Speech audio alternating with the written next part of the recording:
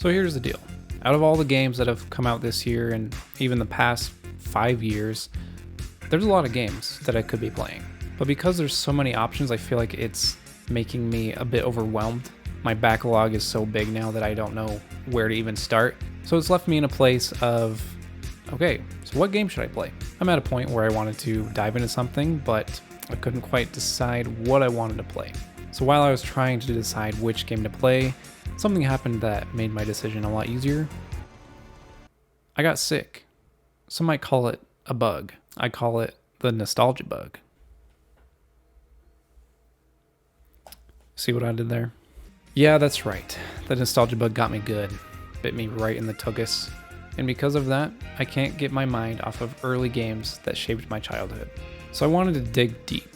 Not just surface level, but I'm like, okay, I racked my brain. Like, what games did I play when I was a kid? You know, going way, way back.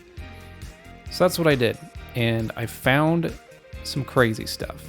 I thought it would be a lot of fun to just dive into the games and start playing them. But you know what would be even more fun is to play them, analyze them, and ultimately rank them. So welcome to the first video in my newest series called Games of My Childhood. And coming in at number 10, it's Barrack.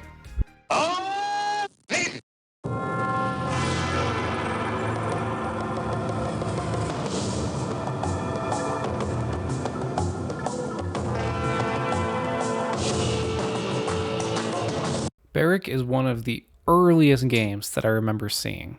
I don't even think I played it when I was a kid, but I spent so much time watching my dad and my brother play it that it left a lasting impression on me. And I didn't play it until recently when I started making these videos and diving into these old games again. So it was a ton of fun to be able to play it for the first time for myself and be able to re-experience the sounds, the music, and ultimately the game itself. So what is Barrack? Let's break it down. The game is all about balls. Yes, I'm not kidding. You have an arena or a square with balls bouncing around, and your job is to draw lines to trap the balls in as tightly fitting spaces as possible, and the goal to pass each level is to fill up 80% of the arena. So simple enough, right? Well, there are a few other things that definitely keep you on your toes. The core mechanic and main reason why this game is so tricky is that if a ball hits your line while it is still being formed, you lose a life. You're given 8 lives to try to get through 40 levels. But luckily, there are ways to earn more lives. The main way to earn lives is by focusing on maximizing your score. You gain 1 life for every 5,000 points on levels 1 through 4, but as you continue progressing, you have to earn more and more points each time to earn more lives. So you definitely want to be focused on racking up those points as much as possible to give yourself the best chance for a deep run. You get points as you're playing throughout the levels and drawing lines and trapping the balls, but the biggest payout is at the end of each level when you earn bonuses. Bonus number 1 is a time bonus. You're given 3,000 points at the start of each level, which starts counting down as soon as that level starts. If you finish quickly, you'll be able to capture more of that time bonus. However, I've found that this really isn't as important as the other bonuses. I think playing more carefully and taking your time to not lose a bunch of lives is much more important and rewarding than prioritizing the time bonus. Bonus number 2, isolation bonus. So for every ball that is isolated, you earn 100 extra points. This bonus isn't really that rewarding either, but it is best practice of the game to try to isolate every single ball so that you can fill up as much of the arena as possible. Speaking of filling up the arena, that is bonus number 3. This is the best way to maximize your points. You get a huge bonus for every percentage point that you go over the 80% threshold to pass the level. So essentially, the game becomes centered around getting as close as possible to covering the entire board, getting 100% coverage, which is possible, by the way. If you can get that 100% coverage, you earn a whopping 20,000 bonus points. There are also a couple of other ways to earn points, but I don't feel like they're as important. Anyway, I'll just cover them really quickly. There's nuke points, which there is a special nuke ball where you can blow up other balls. You get 500 points for each ball that is blown up. And the other way to earn points is killing Bosco, the land shark. Depending on how you defeat Bosco determines how many points you'll get, but anyway, if you can defeat him during a level, it does earn you a bit of extra points, so that's helpful as well. Okay, there is still one other way to maximize your points, which comes from power-ups. Starting with the score multiplier power-up, this power-up cycles through 4 different options: 2, 3, 4, and 1/2. So you could either be heavily rewarded and have your final score multiplied by 4, or you could be greatly punished, kicked in the balls, and lose half your points. The good thing about this power-up though is that it's not random. It does cycle through the numbers the same way each time, so you can actually time it to try to get the 4x, but it does require quite a bit of precision. So it's not guaranteed that you'll get every time, but it's possible. Alright, so that basically sums up everything about points. So now let's get into the rest of the power-ups. The life key power-up. This is just extra lives. They can give you between 1 and 5 lives, so they are valuable and you should try to get them whenever you can because lives are everything in this game. Next, we have the lightning bolt, which increases the speed of a regular line. This is really important to try to keep this regular line speed as fast as possible so that you're less reliant on other power-ups and you can play the game even as you're progressing further and further and the levels get more difficult.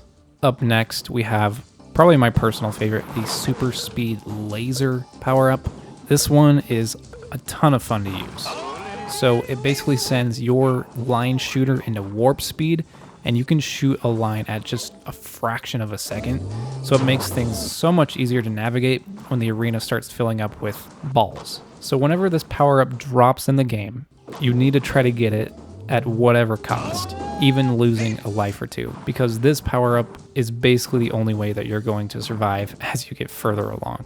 Also, these power-ups can drop a random number each time, so it is really rewarding to go for them, because sometimes you might get 2 extra super speed lasers, but other times you can get up to 10 or more. I don't know if there's a cap, but it is very beneficial to go for them every time you see them. Last but not least, we have the magnet. The magnet power-up allows you to shoot 2 magnets into the arena. You can choose to either shoot them vertically or horizontally, and it just attracts the balls to that side of the arena, which lets you split the arena between the 2 magnets. So it is really helpful for the very first line that you drop, especially as you get further along in the game and there's 10, 15 balls on the screen at a time. You're able to easily split the balls in half. However, you also have to watch out for different types of balls that are introduced that aren't attracted to these magnets. So you still have to be a little careful when you're just splitting the arena down the middle, because you still might hit a ball or two that is just kind of floating around, not being attracted to the magnets. Okay, so that sums up the rules. Now, what is it that made this game so fun for me that I was able to remember it all these years later? Well, putting nostalgia aside, there is something timeless about a game that feels simple in practice, but hooks you so hard that you find yourself coming back again and again just to do a little bit better each time. Barrack is exactly that type of game. It kind of reminds me of Minesweeper, except with a lot more flair and on steroids. Minesweeper is not flashy or complicated, but Barrack adds the flash. That's what makes it so special. It's a challenging game that keeps you hooked, and the sounds and the visuals definitely keep hitting you with dopamine every time you do well. Barrack challenges your brain in this perfect balance between focus and chaos.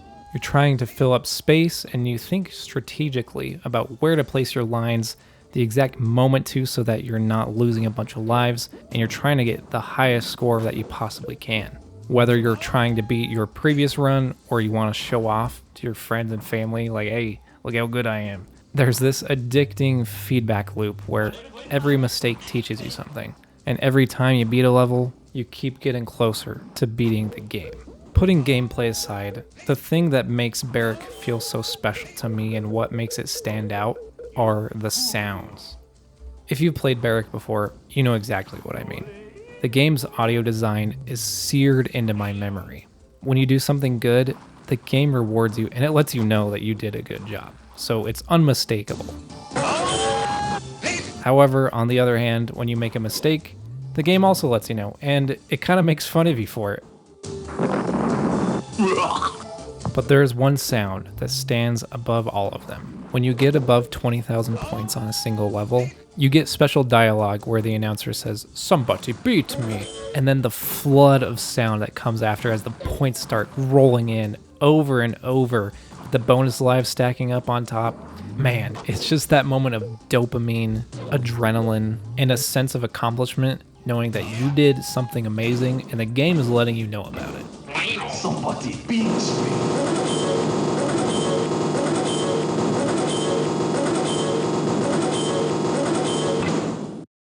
Getting those high scores on levels is what makes me want to keep playing and keeps me coming back to try to do that same thing every time. All the sound details kind of go together, and in my opinion, that's what makes the game so great.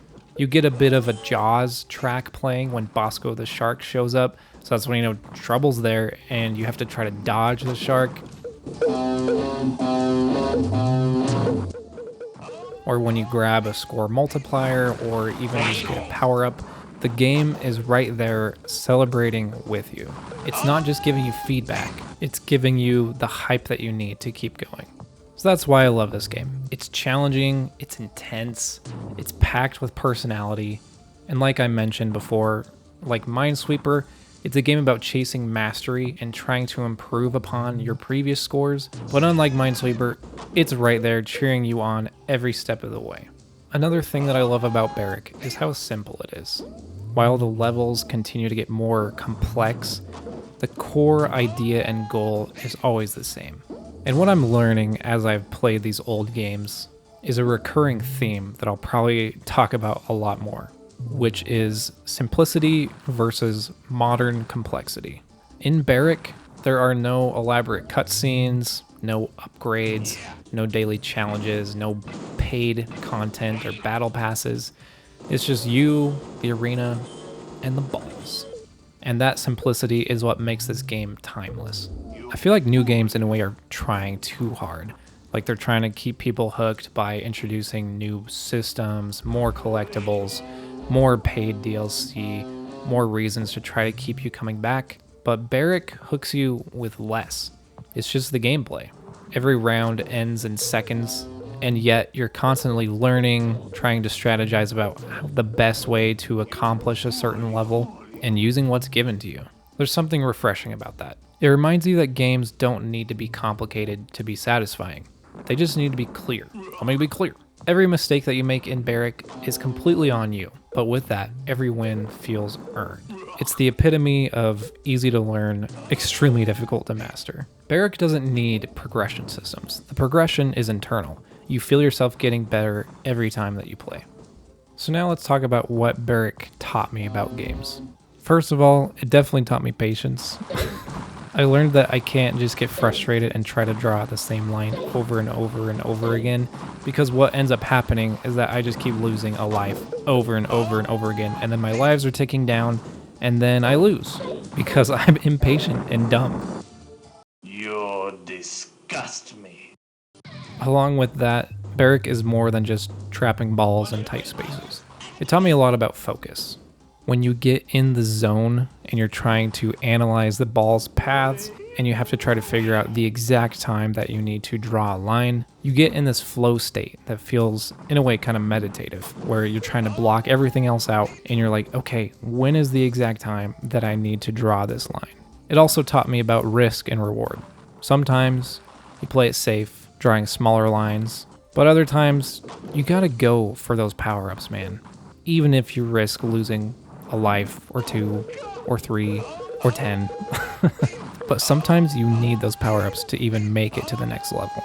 So it's a constant lesson in decision making, how to balance greed with caution, and when to choose which one of those at a certain time. But maybe most importantly, Barrack taught me about the joy of games. I feel like it's so easy to get lost in modern games that bombard you with so many artificial rewards and just trying to dig into your pockets and steal every last dime. But that's not how Barrack feels. I can feel the dedication, the passion, and the joy that went into making this game. I feel like all the little details, the sounds, the power-ups, the different types of balls that they use, the mechanics of the game, combining all these things together, it's a simple game, but as you play, you can just feel that the developers had a ton of fun making this, and it was something that they can be proud of. And for me, and anyone who plays it, it's something that you can feel. And that right there is a reason why Barrack is a perfect reminder of why I fell in love with gaming in the first place.